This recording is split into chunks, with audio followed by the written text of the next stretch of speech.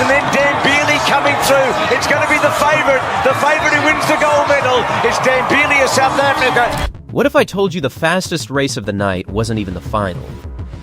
What if the run everyone was talking about, the one that had fans comparing a sprinter to peak Usain Bolt, wasn't the gold medal race at all? That is exactly what happened at the Commonwealth Games in Glasgow, inside a packed Scotstoun Stadium. A South African sprinter named Sinesipho Dambile ran a semi-final so smooth, so relaxed, that people online started saying he wasn't even trying. And then, when the final actually came, something nobody predicted happened. Stick around, because this story has a twist that most sports fans never even heard about. Before we get into it, let's set the scene properly, because context matters here. The Commonwealth Games in Glasgow had already delivered fast times all week. Records were falling in events nobody expected during a non-championship season. But nothing, and I mean nothing, grabbed attention like the men's 200-meter semifinals on that Thursday night. 3 heats went off, one after another, and each one raised the bar higher than the last. In the first heat, Jamaica's Christopher Taylor won in 20.20 seconds. In the second heat, Ghana's Joseph Paul Amoah just edged out Jamaica's Javon Powell, both of them clocking 20.24 seconds, with Botswana's Prince Salipe finishing third in that group at 20.31 seconds. Strong times. Good races. Nothing shocking yet. Then came the third heat, and this is where things got wild. South Africa's Sinesipho Dambile lined up next to a stacked field, including Canada's Aaron Brown and Australia's Lachlan Kennedy, fresh off a silver medal in the 100 meters. This was the heat everyone had circled on the schedule before the night even started. For the first 100 meters, the race looked completely normal. Kennedy shot out fast on the outside. Dambile stayed right on his shoulder, matching him stride for stride. Nothing unusual. Then the second half of the race happened, and it looked like a different sport entirely. Now, why should you trust this story? Because it isn't just internet hype.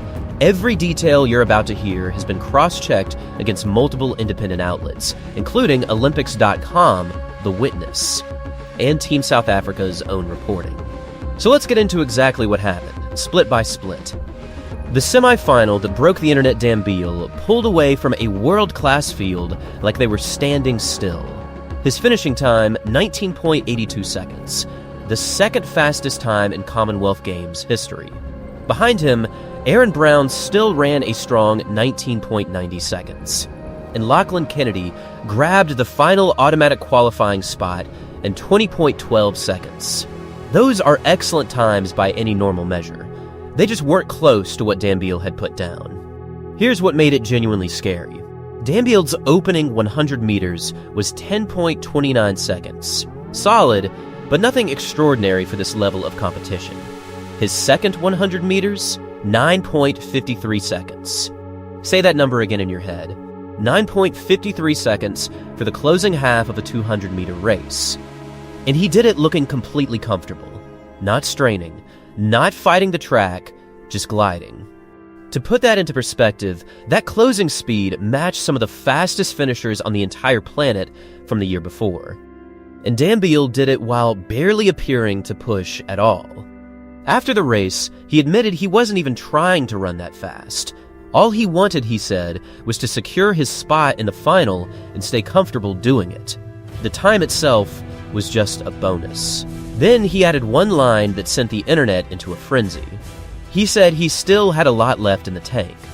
People immediately started comparing it to Usain Bolt jogging through a semifinal at his absolute peak, easing off the gas with meters to go, and still blowing away the entire field.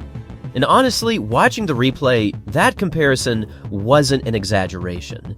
His shoulders stayed loose. His stride never once looked rushed. There was no sign of him fighting for that time, which is usually the biggest giveaway that a sprinter still has more to give. So naturally, everyone started asking the same question. If that was Dambile at maybe 80% effort, what happens when he actually opens it up in the final? Predictions started flying everywhere. Some analysts said he was ready to dip under 19.70 seconds. Others pointed to his blistering season and said a time under 19.60 seconds was realistic if conditions cooperated. Remember, this was a sprinter who had already run a personal best of 19.74 seconds at the Diamond League meeting in Doha earlier that season, a performance that made him the 4th-ranked 200-meter runner in the entire world for that year. The hype was real, and it was building fast heading into the final at Scottsdale Stadium. The twist nobody scripted now, here's where the story takes a turn absolutely nobody predicted. The final happened, and Dambile did win gold, his first major individual title on the senior stage. But the time on the clock read 19.96 seconds, slower than his semifinal, slower than almost every single prediction floating around online, no sub 19.60. Not even close to matching his own Dambile explained it himself afterward, and his answer says a lot about who he is as an athlete. He admitted that on the curve, conditions were tricky, and he genuinely had to fight to stay relaxed and controlled through the bend. Instead of chasing a fast time, he focused purely on execution and closing the gap when it mattered most. In his own words, it was never about the time, it was about winning the title. And that is exactly what he did. Credit where it's due, winning was not easy that night. Nigeria's Udodi Onwuzurike made him work all the way to the finish line, crossing in a season's best of 20.09 seconds to claim silver. For Onwuzurike, that medal meant everything after years of battling injuries and brutal competition on the international circuit. This podium finish became the biggest medal of his career. Jamaica's Christopher Taylor snatched bronze with a personal best of 20.11 seconds, edging out Canada's Aaron Brown, who finished 4th in 20.18 seconds. Lachlan Kennedy, one of the favorites after his run in the 100 meters, could only manage 6th place. Dambile later admitted the bend was the hardest part of the entire race. Staying relaxed through that curve, he said, took real mental effort, and getting the job done mattered far more to him than chasing a number on the clock. A blistering semifinal time gets everyone talking. It fuels the hype, it fills up comment sections, it gets compared to legends like Usain Bolt. But championship racing is a completely different puzzle. The fastest man on paper does not always win. The man who executes when it counts does. Dambile proved that a title doesn't need a record time attached to it. Sometimes the smartest race is the one where you control what you can control and let the clock take care of itself. So here's the question I want to leave you with. If Dambile ran 19.96 seconds while deliberately holding back through the bend just to secure the win, what does his first truly all-out effort in a major final actually look like? Let me know what you think in the comments below. If you enjoyed this breakdown, hit that like button and make sure you subscribe so you don't miss the next big story from the track.